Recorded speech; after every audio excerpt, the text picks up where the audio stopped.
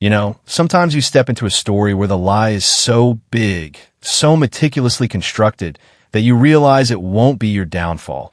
It's going to be the bomb that blows up the person who built it. My name is Arthur Vance, but everyone just calls me Art.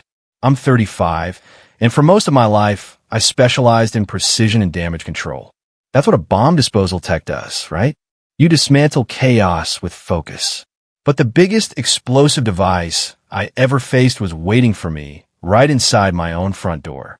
I'd been gone for 12 months, stationed in the Middle East. That tour changes you, strips you down, rebuilds you. But the thing that held me together, the anchor, was the image of my wife, Melinda, waiting for me in our little split-level ranch in suburban Georgia. I drove through town in my old Chevy, everything looking slightly off, like a cheap copy of a familiar painting. When I pulled into the driveway at 5:37 p.m., the grass needed cutting, but everything else, the white trim, the blue shutters, looked exactly the same. I took a deep breath, inserted the key, turned the lock, and pushed the door open, ready for the embrace, the tears, the scent of her favorite perfume.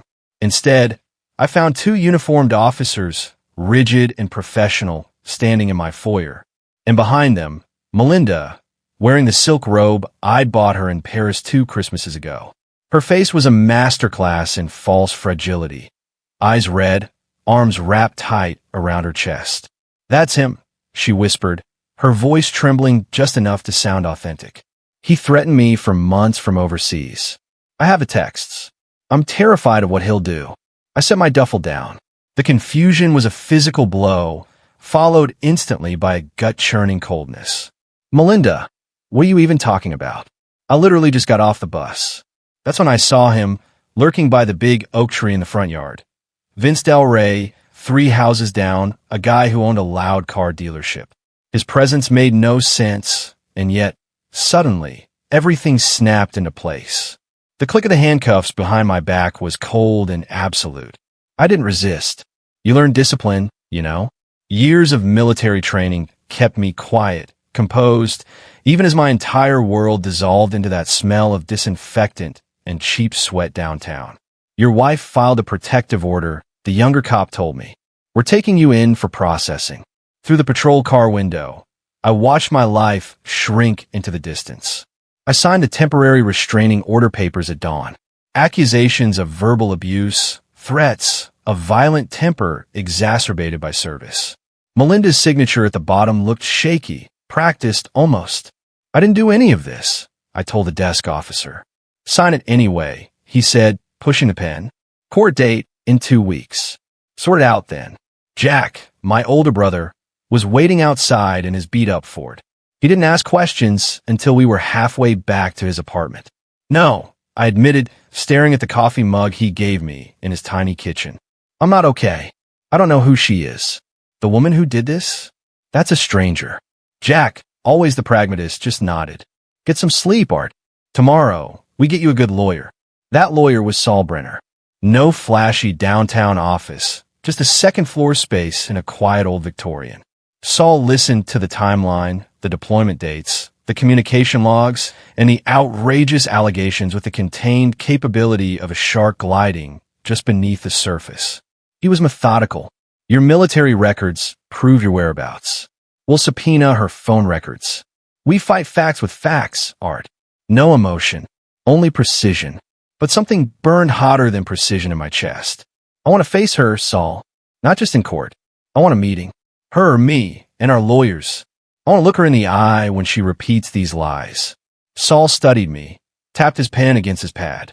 "Most clients, I'd say no. But you've got the temperament for it. Done. I'll make it a condition of our negotiations." That night, back at Jack's, I remember my backup, the forgotten security system. Nothing fancy, just a few cameras covering the garage, front door, and yard, backing up to the cloud, and a forgotten laptop in Jack storage. As I powered up the device, my heart hammered like a jackhammer.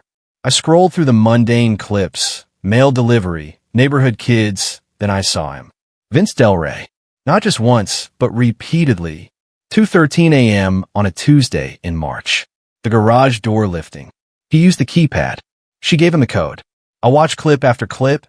April, May, always late at night, always through the garage, like you belong there. I sat there, breathing hard, the blue light of the screen reflecting off my face. Betrayal had a name, a face, and now, irrefutable timestamps. You picked the wrong man to frame, Melinda, I whispered to the flickering image. My background isn't about running. It's about disarming. 2 days later, we stood in the kitchen of my own house, a house I couldn't legally sleep in. Saul and I sat at the solid oak table, the very table where Melinda and I once planned our future. She arrived 5 minutes late, wearing her fragile victim cream blouse. Vince Del Rey was right behind her, standing protectively, his hand resting on her shoulder. That casual intimacy, that ownership, sent a cold shiver up my spine. You scared me, Arthur, Melinda said softly, the rehearsed line hitting my ears. I had no choice. I took a slow breath, steadying my voice, channeling that bomb tech focus. No choice but to claim I threatened you from overseas. On dates I can prove I was literally disarming IDs. Saul interjected smoothly. Let's stick to verifiable facts. I slid the printouts across the table. Crisp color photos of Vince in my garage at 2:13 a.m. Vince leaned forward, scoffing. That's a misunderstanding. I was helping Melinda with maintenance issues. The garage door was sticking. At 2 in the morning, I asked flatly. Carla was concerned about security while alone. Vince replied, too quickly, the lie brittle. Saul put down another stack of photos. Regardless, we have Mr. Del Rey's vehicle parked overnight on 26 separate occasions, all captured by the street-facing camera Mr. Vance installed before his deployment. Melinda's mask cracked. You think your little cameras prove anything? You abandoned me for a year, Arthur, she hissed, chair scraping against the tile. To serve our country, I corrected her, my voice steel. Not to give you an excuse to let another man into our bed. The room went silent. We'd shown our first card. 1 week later, Saul introduced me to Lena Rossi. She was a private investigator, all dark jeans and a leather jacket, with eyes that missed absolutely nothing. Morty says your wife set you up with abuse allegations the minute you got home. Let's find out why. Lena went straight for the paper trail, bank records. By day 3, she had uncovered Melinda's hidden account, opened 6 months after I deployed. Classic affair pattern, regular cash deposits, and hotel charges at the Riverwalk Suites, twice a month, always on a Tuesday. Yoga class, I muttered, the memory of my support turning to ash in my mouth. She told me she had yoga on Tuesdays, but Lena found the smoking gun. It wasn't in the charges or the photos. It was in the cloud backup of our shared tablet, in the drafts folder of her email, still logged in. A message to Vince, dated 1 day before my return. It was short, cold, and explicit. Make sure you're here at 6. He lands at 5. Everything needs to look exactly like we discussed. This wasn't just proof of an affair. This was explicit confirmation of premeditation, conspiracy, and criminal intent. We had her cold. We filed for immediate dismissal. The judge, Judge Hollis, was a silver-haired woman in her 60s with zero patience for games.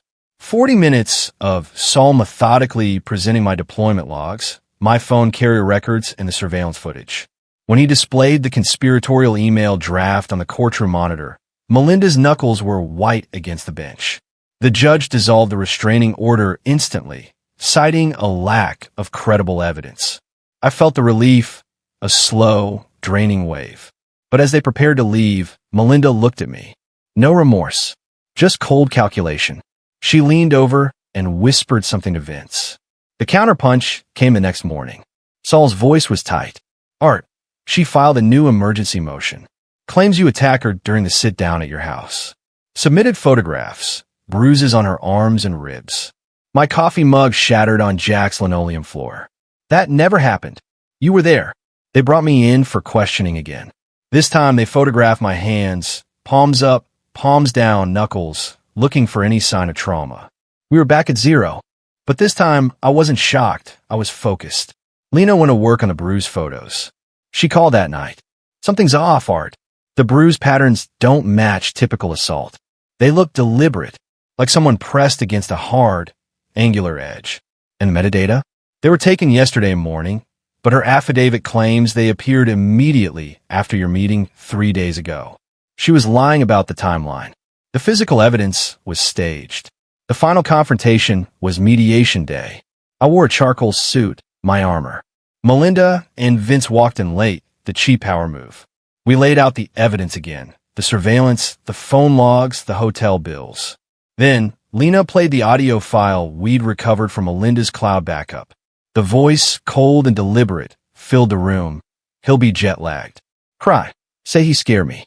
How the photos ready. If they ask questions, just keep saying you're afraid. It's not complicated. Vince Del Rey's face drained of every color known to man. He stared at the tablet, horrified, then at Melinda. She told me to, he blurted out. She planned everything. The bruises, the timing. She said we get the house, and... He stopped, finally realizing he had just confessed to perjury and conspiracy on the record. Saul leaned forward, his voice perfectly level. Mr. Harlow, are you stating for the record that you and Mrs. Vance deliberately fabricated evidence of abuse? Vince nodded, sweat beading on his forehead. I helped her stage the photos. I didn't think it would go this far. The mediation ended right there. Saul's ultimatum was absolute. Withdraw all claims, surrender the house, and pay damages as outlined in the prenuptial agreement, Clause 14, covering infidelity and fraudulent legal claims, or face immediate criminal prosecution. Melinda collapsed inward, her carefully constructed facade finally crumbling. Please, Arthur, she whispered. We can work this out. I looked at her, and where there was once love, there was only a dull, distant ache. You already wrote the ending, Melinda. You wrote it when I was halfway across the world. The consequences were absolute. Carla and Vince pleaded no contest to misdemeanor conspiracy and false reporting. Melinda was ordered to pay full restitution, court costs, and all my legal fees, over $43,000. The blow was devastating. Vince lost his motor vehicle sales license. His dealership collapsed within weeks. The local paper ran his bankruptcy notice in the legal section. He was working construction jobs 2 towns over. Some bells can't be unrung. 6 months later, Jack and I repainted the porch, a deep blue-gray. I replaced every single lock. It wasn't about security. It was about erasing every fingerprint that wasn't mine. I found our old wedding photo in a box. I didn't feel anger, just a puzzled distance. I placed a frame in a donation box. The goal wasn't revenge. It was reclamation.